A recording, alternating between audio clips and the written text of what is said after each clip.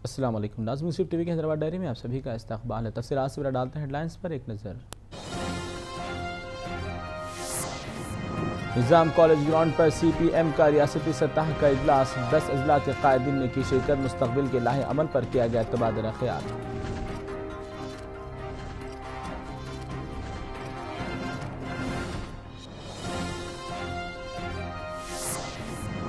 अलहदा high court का मुतालबा करते हुए तेलंगाना वकला ने किया AP सेक्रेटरीट का घेराव। पुलिस और वकला के दरमियान हाथापाई, कई वकला गिरफ्तार।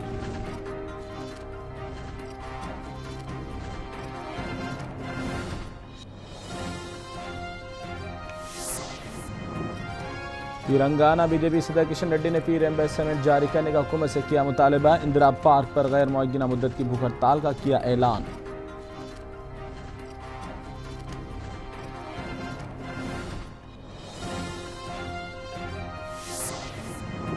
और तेलुगु फिल्म अदाकारा मंचू मनोज के एंगेजमेंट में चंद्रबाबू और जगन ने की शिरकत। नए जोड़े को दी मुबारकबाद।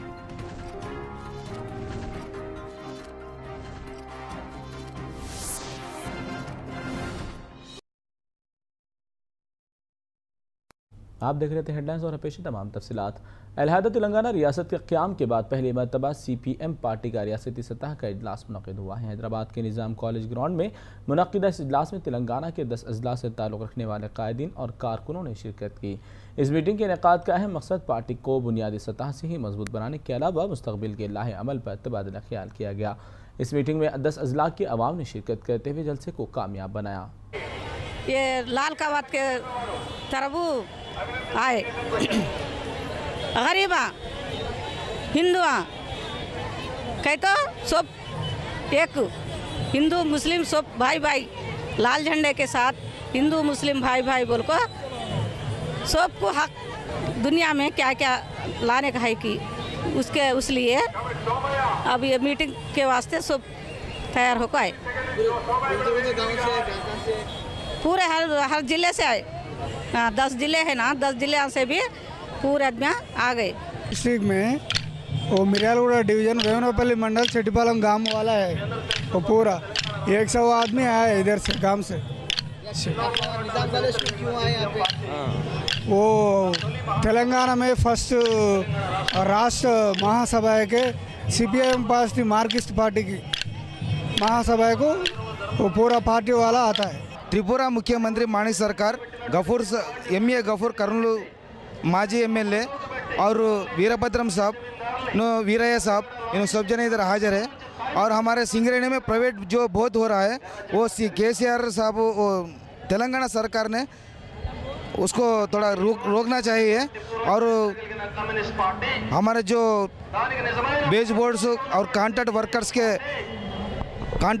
के वो परमानेंट भी होना चाहिए। VRS का जो स्ट्राइक चल रहा है वो भी परमानेंट करने के लिए हम लोग डिमांड कर रहे हैं CIT तरफ से। CPM पार्टी की जानिब से आज निज़ाम कॉलेज के अंदर पूरे तेलंगाना के CPM वर्करों की तादाद जमा हो चुकी है। हज़ारों की तादाद में आवाम यहाँ पर पहुँच चुकी है। तेलंगाना की ये पहली CPM की मीटिंग है जिसे सक्सेस करने के लिए 10 अजलाओं से लोगों ने शिरकत की है। इनका मुतालबा है कि जो गरीब आवाम यहाँ पर परेशान हाल है उन्हें जो जल्द से जल्द काम मिले, उनके किसानों का हल मिले, किसानों को हक मिले, हर तेलंगाना के रहने वाले शहरी को हक मिले।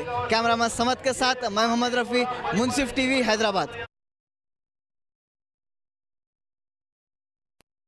अलहदा हाई कोर्ट के क़याम का मुतालबा करते हुए आज तेलंगाना के वकला ने AP सेक्रेटरीट का घेराव करने की कोशिश की। वकला के इंतबा के पेश नज़र सेक्रेटरीट पर सिक्योरिटी सख्त कर दी गई थी।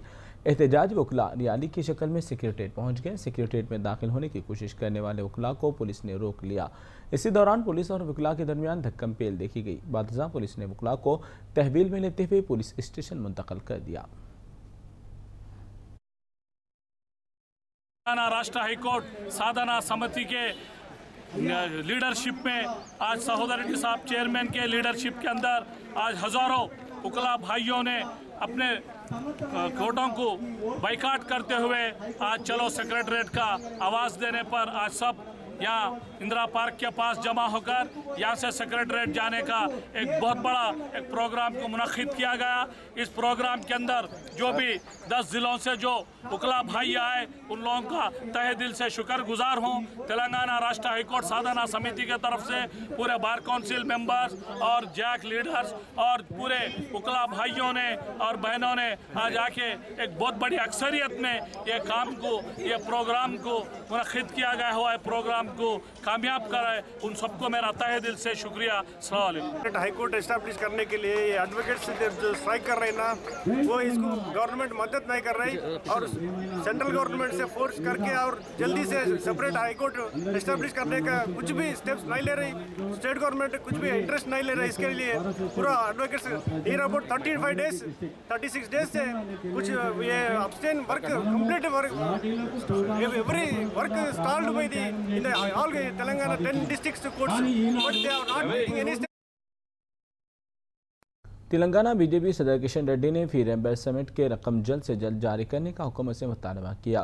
किशन रेड्डी ने बताया कि फी रिएंबर्समेंट जारी न होने की सूरत में कल से ही इंदिरा पार्क पर गैर मुय्यना मुद्दत की भूख हड़ताल मुनक्किद करने का ऐलान किया है। इन्होंने कहा कि फी रिएंबर्समेंट और स्कॉलरशिप की अजराई में हो रही ताख़ीर के सबब तलबा काफ़ी परेशान हैं। इसके अलावा GHMC की जानिब से बेहद टैक्सेस वसूल करने पर भी तशवीश का इजहार किया गया।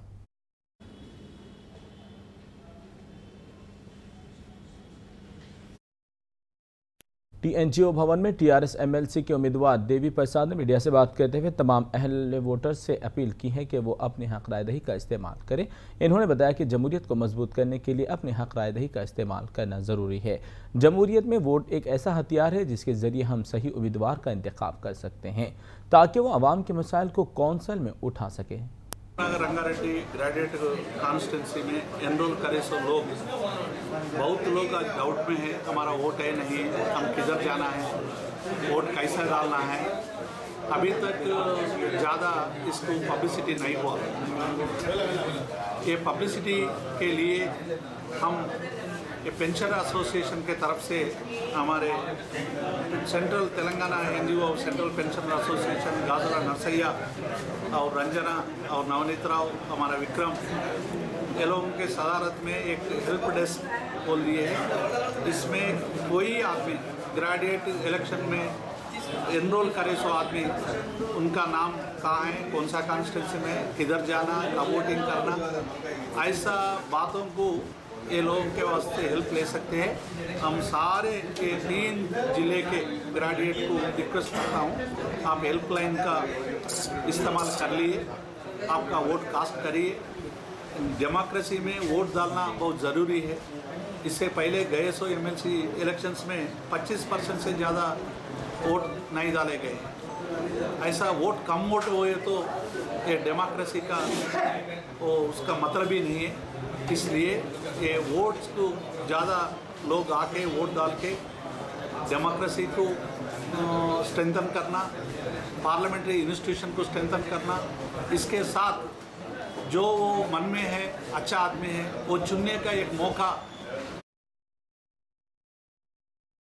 दूसरी जानिब सीनियर तेलुगु फिल्म अदाकार मोहन बाबू के फर्जंद मंचू मनोज के एंगेजमेंट में फिल्मी शख्सियात के अलावा AP chief minister N Chandrababu Naidu और अपोजिशन लीडर जगन मोहन रेड्डी व दीगर ने शिरकत की है। हैदराबाद के पार्क हयात होटल में एंगेजमेंट तकरीब मुनक़िद हुई जिसमें तमिल तेलुगु के अलावा हिंदी फिल्मी शख्सियात ने भी शिरकत की है। मंचू मनोज ने अपनी गर्लफ्रेंड प्रेरणिति से रेड्डी से एंगेजमेंट कर ली है। अदाकारा मोहन बाबू ने मेहमानों का इस्तकबाल किया।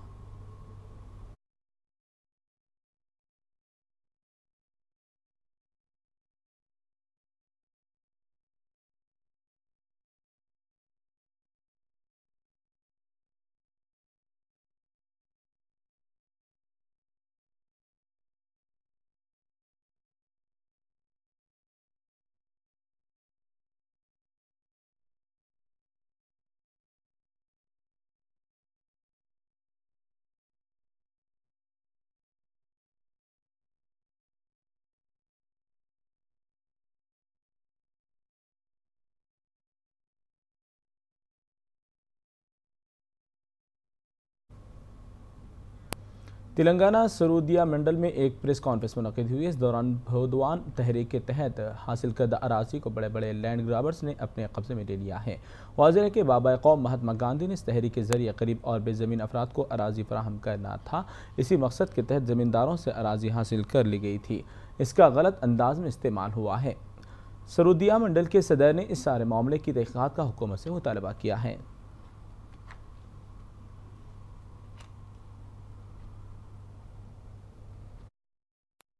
सर्वोदय मंडल तेलंगाना की तरफ से ये जो प्रेस मीट के लिए आप लोगों को इनवाइट किया है, इसका मेन जो मुद्दा है, भूदान बोर्ड के जो ज़मीना हैं वो सारे बड़े बड़े रियल एस्टेट वालों को दे के जो पुराने चेयरमैन थे राजेंद्र रेड्डी, वो पूरा घोटाला घपला किया सो है।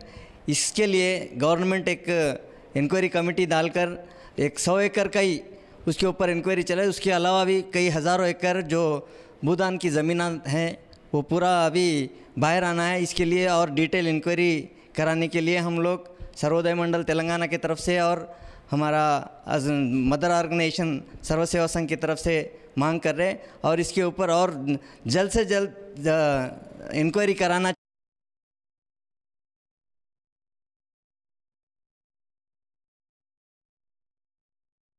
हैदराबाद डायरी की तफसीलात फ़िलहाल बाकी हैं, लेकिन यहाँ पर लेते हैं मुख्तसर सा वक्फा।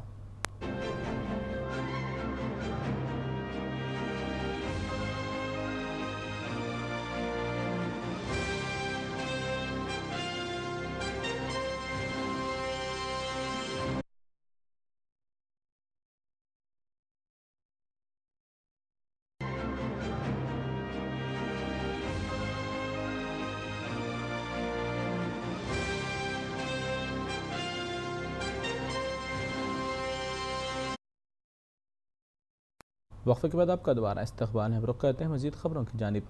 हैदराबाद के साबिक़ मेयर लक्ष्मी नारायण मदिराज का आहदरगुड़े में आज वाक़ अपोलो हॉस्पिटल में मुख्तसर सी अलालत के बाद सुबह इंतकाल हो गया है। वो 86 बरस के थे। लक्ष्मी नारायण मदिराज महाराजगंज MLA के अलावा टम्बर मर्चल्ला एसोसिएशन के सदर भी थे। इसके अलावा गन पार्क पर वाक़ यादगार शहदा को भी इन्होंने ही तामीर किया था। लक्ष्मी नारायण मदिराज के इंतकाल पर तेलंगाना के चीफ मिनिस्टर KCR व दीगर ने गहरे दुख का इजहार किया है।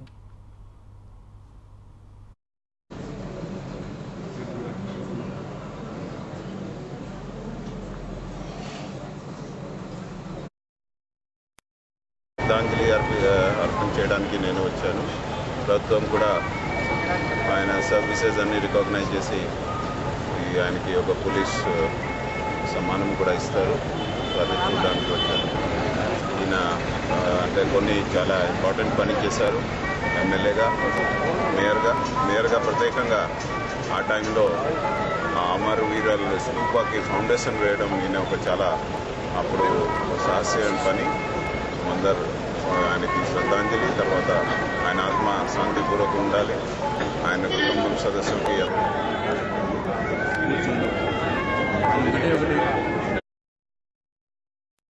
गंगूला नरसिम्हा रेड्डी जो कि पेशे से लेक्चरर हैं, इन्होंने भी ग्रेजुएट MLC के लिए पर्चा नामज़द दाखिल किया है। इन्होंने मीडिया नुमाइंदों से बात करते हुए कहा कि अगर वो MLC के लिए मुंतखब होते हैं तो वो तलबा के लिए अलावा लेक्चरर्स व दीगर के मसाइल को हल करने के लिए अनहद कोशिश करेंगे। नरसिम्हा रेड्डी को लेक्चरर्स के अलावा दीगर एजुकेशन तंजीमों ने भी अपनी तायद का ऐलान किया है।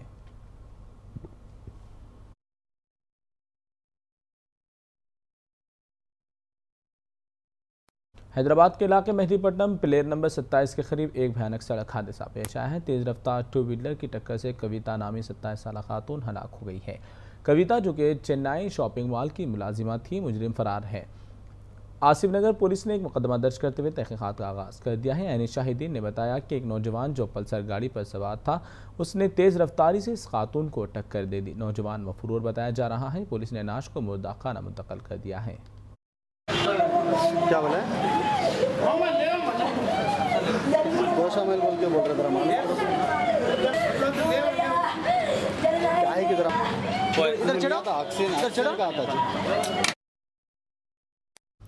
आज के दौर में जब माँ बाप ज़ईफ़ हो जाते हैं तो माँ बाप ही अपने बच्चों पर बोझ बन जाते हैं। ऐसा ही एक वाक़या गोलकुंडा इलाके में पेश आया है। आज से चंद दिन कबल एक ज़ईफ़ खातून लक्ष्मी, जिनकी उम्र 70 साल है, इन्हें मकामी अवाम ने बेहोशी की आलम में गोलकुंडा एरिया हॉस्पिटल मुंतकिल किया था। अब ये खातून सेहतमंद हो गई हैं। हॉस्पिटल अमला ने इस खातून के रिश्तेदारों से अपील की है कि वो इन्हें दवाखाना से ले जाएँ। वाज़ेह है कि माँ बाप बचपन में अपने बच्चों को अपनी जान से अजीज़ समझकर इनकी परवरिश करते हैं। आज यही बच्चे बड़े होकर उनकी परवरिश को बोझ समझते हैं। इन्हें ये बात जान लेनी चाहिए कि माँ बाप की दुआओं से बच्चों का मुस्तकबिल संवर जाता है।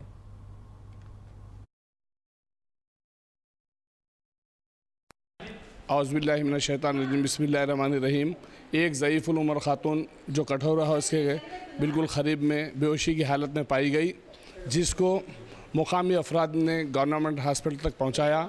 उसके बाद यहाँ पर जो गवर्नमेंट हॉस्पिटल के जो मेंबर्स है एरिया हॉस्पिटल के, तकरीबन 1 से 1.5 महीने से उसका ज़ेर इलाज है, जो अपना नाम जो सो लक्ष्मी बता रही है और रहमत नगर की रहने वाली बोल के बोल रही हैं। इनके विरसा से ख्वाहिश की जाती है कि जो भी इनके अफराद ख़ानदान हैं आए और जो सो इस बूढ़िया को अपने साथ लेकर। Life insurance corporation of India ने 6 साल की उम्र वालों से लेकर 50 साल की उम्र वालों तक के लिए जीवन संगम स्कीम का इफ्तिताह अंजाम दिया। शहर के खानगी होटल में मुनाकिदा इफ्तिताही तकरीब में जोनल मैनेजर के अलावा LIC के कई मुलाजिमीन ने व दीगर ने शिरकत की है। मैनेजर ने बताया कि ये स्कीम आवाम के लिए बहुत फ़ायदेमंद है। इस स्कीम की मियाद 12 साल है, जिसमें रकम का कई गुना ज़्यादा मुनाफा आवाम को दिया जाएगा। और इसके अलावा बोनस जो हर एक साल होने के बाद LIC जो डिक्लेयर करेगा बोनस, उसमें भी शेयर रहता है इसमें।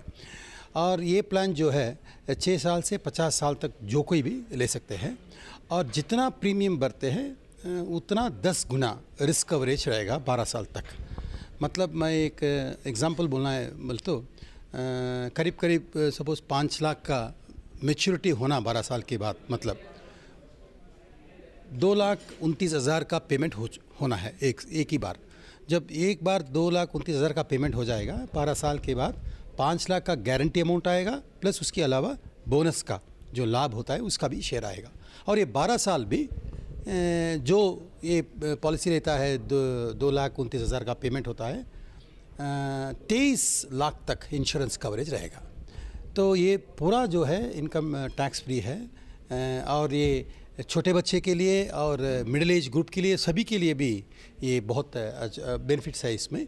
इसके लिए संगम करके नाम रखा चुका है। सब बेनिफिट्स एक ही पॉलिसी में है। दूसरा पॉलिसी जो है बच्चे के लिए, छोटे बच्चे के लिए, जो 0 ईयर्स से 12 साल तक दे सकते हैं।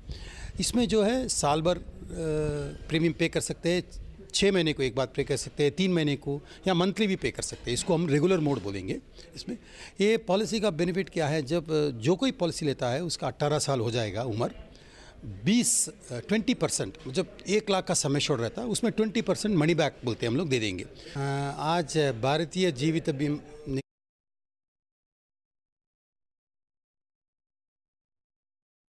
नाज़रीन, इसी के साथ मुंसिफ टीवी हैदराबाद डायरी का सिलसिला यही अख्तिताम पजीर होता है। दीगर खबरों के लिए आप बने रहिए मुंसिफ टीवी के साथ। फिलहाल मुझे दीजिए इजाज़त। अल्लाह हाफिज़।